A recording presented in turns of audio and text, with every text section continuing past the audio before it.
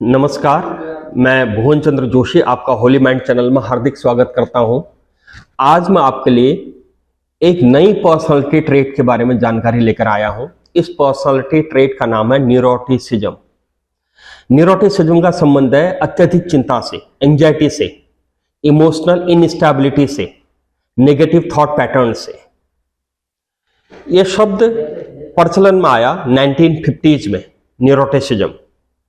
इस पर British psychologist hence आइसेंक ने रिसर्च किया काफी और इस थ्योरी को पॉपुलराइज करने में, डेवलप करने में मदद की। उनका बहुत इंपॉर्टेंट कंट्रीब्यूशन रहा है।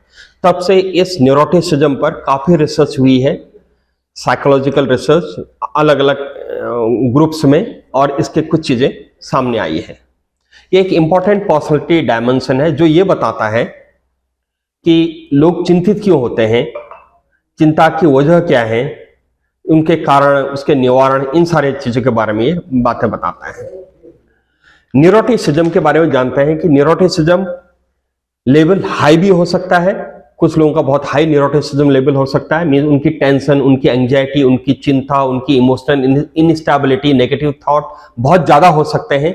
और कुछ लोगों का न्यूरोटिसिज्म लेवल लो भी हो सकता है। अगर लो है तो इसका अर्थ है कि वो इमोशनल स्टेबिलिटी उनके अंदर ज्यादा है। अगर हाई है तो इमोशनल इनस्टेबिलिटी ज्यादा है, अब नेक्स्ट पॉइंट पे आते हैं कि न्यूरोटिसिज्म एक बाइपोलर डायमेंशन है। मींस अगर इसको मैं एक पोल ये मानूं, दूसरा पोल ये मानूं, यहां पर ये हाई न्यूरोटिसिज्म है। धीरे धीरे हम, मैं लेफ्ट से अगर राइट की तरफ को जाऊं, ये दूसरा पोल आ गया। यहां पर स्टेबिलिटी, जैसे जैसे अगर इसको सेंटर मान के चले, हम सेंटर से जैसे जैसे लेफ्ट की तरफ को गए, न्यूरोटिसिज्म लेवल अगर बढ़ता रहेगा तो हमारी चिंता बढ़ती रहेगी। और जैसे से हम राइट की तरफ को जा रहे हैं, दूसरे पोल की तरफ, न्यूरोटिसिज्म लेवल जैसे जैसे घटता रहेगा तो हमारी इमोशनल स्टेबिलिटी ज्यादा रहेगी। अब बात करते हैं, अगर किसी का न्यूरोटिसिज्म लेवल हाई है, पीपल हाई ऑन न्यूरोटिसिज्म, तो उनकी प्रॉब्लम्स क्या है। सबसे पहला है अत्यधिक चिंता, बहुत चिंता, anxiety, emotional instability, negative emotions, over reacting, छोटी छोटी बात पे बहुत ज्यादा रिएक्ट करना, बहुत ओवर रिएक्ट, इतना रिएक्शन की जरूरत नहीं होती है, रिएक्ट करना।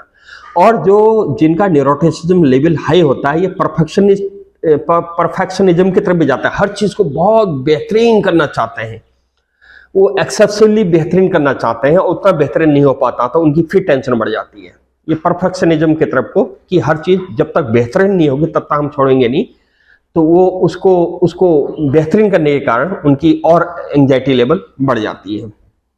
ऐसे लोग कभी कभी जब इनके अपने अचीवमेंट्स नहीं मिल पाते हैं तो दे स्टार्ट सेल्फ क्रिटिसाइजिंग, अपनी कमियां ढूंढने लगते हैं, अपने बारे में कि हमारी किस्मत खराब है, हमारा अपने बारे में कुछ न कुछ नेगेटिव, कोई सपोर्ट नहीं, जो भी एक नेगेटिव आइडिया आ सकता है खुद के बारे में, अपनी कमियों को गिनते रहना, अपनी कमियों के बारे में बात करते रहना, अपने को क्रिटिसाइज करते रहना, ये इनका बहुत ज्यादा बढ़ जाता है।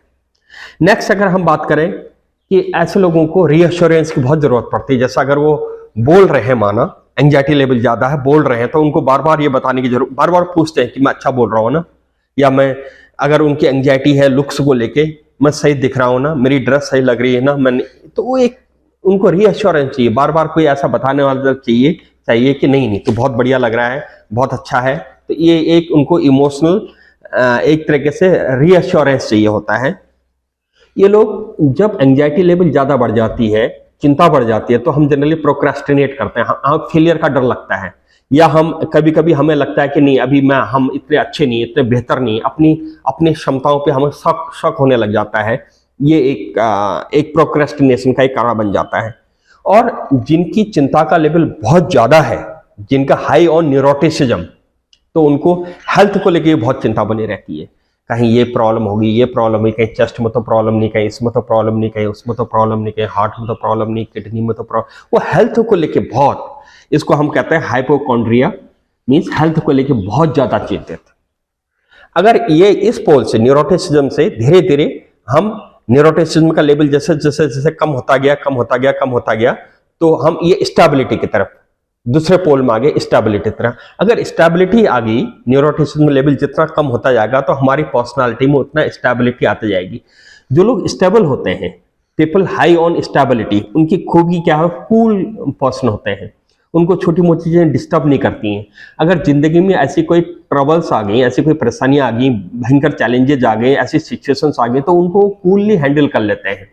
वो प्रॉब्लम्स को ब्रेक डाउन करते हैं, लोगों से एडवाइस लेते हैं, सजेशन लेते हैं, डिस्कशन करते हैं और उस प्रॉब्लम को स्टेप बाय स्टेप सॉल्व करने की कोशिश करते हैं। मीन्स वो रिजल्ट ओरिएंटेड होते हैं। ऐसा नहीं कि वो परेशान हो जाएंगे और बिल्कुल स्ट्रेस में आ जाएंगे। वो बिल्कुल रिजल्ट ओरिएंटेड होते हैं। वो ये मानते हैं कि हाँ प्रॉब्लम है, तो इस प्रॉब्लम का क्या क्या सॉल्यूशन हो सकता है, खुद अपने तरीके से सोचेंगे, उसको हैंडल करेंगे उससे, और साथ में और लोगों को भी वो एडवाइस लेंगे। तो एक तरीके से वो रियलिस्टिक लोग हो जाते हैं। अब इतनी चिंता क्यों कि आपकी नींद भी डिस्टर्ब हो गई है, भूख डिस्टर्ब हो गई है, पर्सनल लाइफ डिस्टर्ब हो गई है, सोशल लाइफ डिस्टर्ब हो गई है, अलग थलग पड़ गए हैं, और एक तरीके से फिजिकल नुकसान हो रहा है, इमोशनल लॉस हो रहा है, सोशल लॉस हो रहा है, काम का लॉस हो रहा है। इतनी चिंता क्यों? क्या कारण है इतनी चिंता के? अगर हम चिंता के कारणों में जाएं तो पहली चिंता है जेनेटिक। पहले कारण हो सकता है जेनेटिक्स। जिनके पेरेंट्स या ग्रैंड पेरेंट्स या ग्रेट ग्रैंड पेरेंट्स, दादा परदादा, नाना नानी परनानी, तो उनके अगर वहां कोई ऐसे न्यूरोटिसिज्म वाले लोग हैं जिनको बहुत चिंता होती है, जिनका थॉट पैटर्न एकदम इमोशनली इनस्टेबल रहता है, तो वो उनके बच्चों में भी आने की संभावना रहती है। साइकोलॉजिकल स्टडी, मनोवैज्ञानिक स्टडी ये कहती है कि लक्षणों का असर 7 पीढ़ी तक जाता है। तो एक जेनेटिक फैक्टर एक इंपॉर्टेंट फैक्टर हो सकता है। दूसरा है चाइल्डहुड एक्सपीरियंसेस। अगर बचपन में किसी का स्ट्रेस लेवल बहुत रहा है, जिन लोगों का चाइल्डहुड में, बचपन में स्ट्रेस लेवल बहुत रहा है और उनके एक ट्रॉमेटिक एक्सपीरियंसेस रहे हैं, इसका भी न्यूरोटिसिज्म लेवल को बढ़ाने में बड़ा रोल रहता है। ऐसे बच्चों का, क्योंकि एक्सपीरियंस को इस तरह का हो जाता है कि उनको छोटी छोटी बातों में उनको परेशान करने लग जाती है। ये जो चाइल्डहुड एक्सपीरियंसेस हैं, जो स्ट्रेसफुल ट्रॉमेटिक एक्सपीरियंस, इसके बारे में एक अलग से मैं वीडियो बनाऊंगा, क्योंकि ये एक बहुत इंपॉर्टेंट विषय है जिससे कि हम अपने बच्चों की केयर बेहतर ढंग से कर सकते हैं। तीसरा कारण हो सकता है कि लाइफ इवेंट्स, लाइफ में स्ट्रेसफुल सिचुएशन रही है और किसी के बहुत अपने के जो लव्ड वंस का लॉस ऑफ नियर वंस, उन किसी का ऐसा फैमिली में ऐसे जो अनएक्सपेक्टेड किसी की ऐसे डेथ हो गई हो, या ऐसा कुछ जॉब को लेके, कुछ करियर को लेके, कुछ फाइनेंशियल को, एक लंबे समय से जो स्ट्रेस बना रहता है एक लाइफ इवेंट्स में, तब भी हमारा हमारा तब भी एंजाइटी लेवल और ज्यादा बढ़ जाता है। और हम चौथी बात, जो फाइनल बात इसके बारे में करूंगा न्यूरोटिसिज्म के कारण में, यह है कि नेगेटिव कोपिंग मैकेनिज्म। मैं स्ट्रेस में हूं, टेंशन में हूं, उसके बाद मैं नेगेटिव ढंग से उसको हैंडल कर रहा हूं। नेगेटिव ढंग से हैंडल करने का अर्थ है ऐसे तरीके से हैंडल कर रहा हूं, टेम्परेरी रिलीफ तो मिलेगा लेकिन लॉन्ग टर्म वो और नुकसान पहुंचाएगा। वो है नेगेटिव कोपिंग मैकेनिज्म। इसके बारे में भी ये एक इंपॉर्टेंट, ऐसा तो हो नहीं सकता है कि किसी की लाइफ में स्ट्रेस ना हो। लोगों की लाइफ में स्ट्रेस होता है, लाइफ में ऐसे चैलेंजेस आएंगे, स्ट्रेसफुल सिचुएशंस होंगी और ऐसे सर्कमस्टेंसेस आएंगे जिनको हैंडल करना वाकई में बहुत टफ हो जाएगा। तो उसको जो ऐसी सिचुएशन आती है, कुछ लोग उसको नेगेटिव कोपिंग मैकेनिज्म गलत ढंग से हैंडल करते हैं, तो उनकी सिचुएशन बहुत लंबे समय तक खराब हो जाती है। और कुछ लोग उसको पॉजिटिवली हैंडल कर लेते हैं, तो उसको वो सिचुएशंस को प्रॉपर्ली उनके कंट्रोल में आ जाती है, तो उसको कहते हैं पॉजिटिव कोपिंग मैकेनिज्म। इसके बारे में डिटेल से मैं फिर एक अगले में बात करूंगा। अब हम बात करते हैं कि भाई सॉल्यूशन क्या है इसका। अगर ये टेंशन है तो सॉल्यूशन क्या है। अगर हमें अत्यधिक टेंशन, इतनी टेंशन कि हमारे घर वाले परेशान हो जा रहे हैं, फ्रेंड्स परेशान हो जा रहे हैं, रिलेटिव्स परेशान हो जा रहे हैं, पर्सनल लाइफ डिस्टर्ब हो जा रही है, फैमिली लाइफ डिस्टर्ब हो जा रही है, और हमारे professional life, business life, job की लाइफ वो डिस्टर्ब हो जा रही है, तो ऐसा इतना डिस्टर्बेंस का सॉल्यूशन क्या है।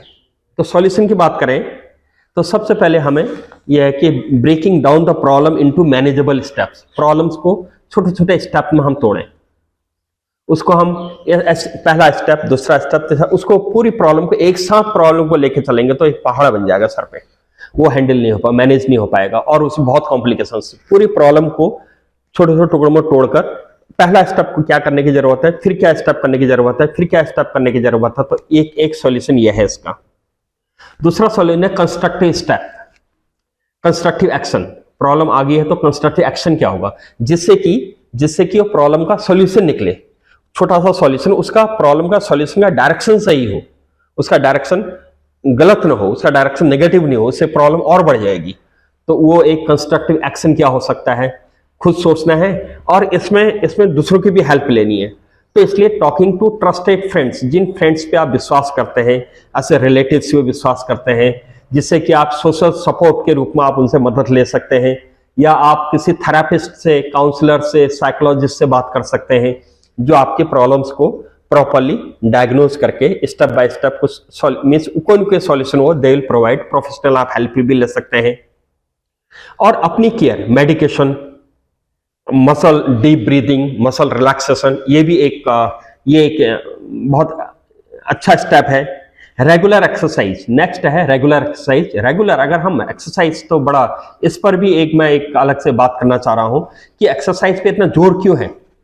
यहां तक कि जो 6th 7th 8th के बच्चे होते हैं, उनके लिए डेली गेम्स का पीरियड क्यों इंपॉर्टेंट है स्कूल्स में, और खेलना क्यों इंपॉर्टेंट है, मीन्स फिजिकल एक्टिविटी क्यों इंपॉर्टेंट है, चाहे वो डांस करना हो, चाहे वो कोई गेम्स खेलना हो, किसी भी तरह से एक जो इतना पसीना निकलना क्यों इंपॉर्टेंट है, उसका हमारे बॉडी में क्या किस तरह के बायोकेमिकल्स जनरेट होते हैं, हमारी मेंटल हेल्थ से और हमारे परफॉर्मेंस से कैसे बेहतर होती है। ये एक रेगुलर एक्सरसाइज के बारे में एक मैं अलग से बात करूंगा। यहां पर यह बात जरूरी है कि अगर आप स्ट्रेसफुल सिचुएशन में हैं, आपके एंजाइटी लेवल ज्यादा है, आप नेगेटिव थॉट चल रहे हैं दिमाग में, तो एक्सरसाइज करना शुरू करें, चाहे किसी भी रूप में डेली अपने आप को टाइम दें। एक खाने का ध्यान, प्रॉपर बैलेंस डाइट, बिल्कुल पर्याप्त नींद भी, खाना, नींद, और जो अल्कोहल है, वाइन है, दारू है, या कोई और सब्सटेंस अब्यूज है, सिगरेट, गुटखा, ऐसे कोई चीज जिससे कि ऐसा लगता है कि थोड़ा हम एक सिगरेट पी लेंगे तो थोड़ा रिलैक्स हो जाएंगे, रिलीफ हो जाएंगे, उस चीज को अवॉइड करना है। ये नेगेटिव कोपिंग मैकेनिज्म के अंदर ये बात आ जाती है। और अपना टास्क, अपना डेली रूटीन को ठीक करना है। डेली रूटीन ठीक करना का अर्थ है कि हम अपने आप को एक पॉजिटिव एनर्जी अपने अंदर क्रिएट कर रहे हैं, और हम एक बड़ी चुनौतियों का बहुत सफलतापूर्वक सामना करने की तैयारी कर रहे हैं। इसलिए अपने रूटीन को ठीक करना बहुत इंपॉर्टेंट है। और अपनी प्रायोरिटीज की क्या जरूरत है, क्या पहली जरूरत, प्रायोरिटी अभी क्या सबसे ज्यादा इंपॉर्टेंट है, हियर एंड नाउ, अभी क्या सबसे इंपॉर्टेंट है, उस बात पर फोकस करना, और अपने पे दया करना, सेल्फ कंपैशन।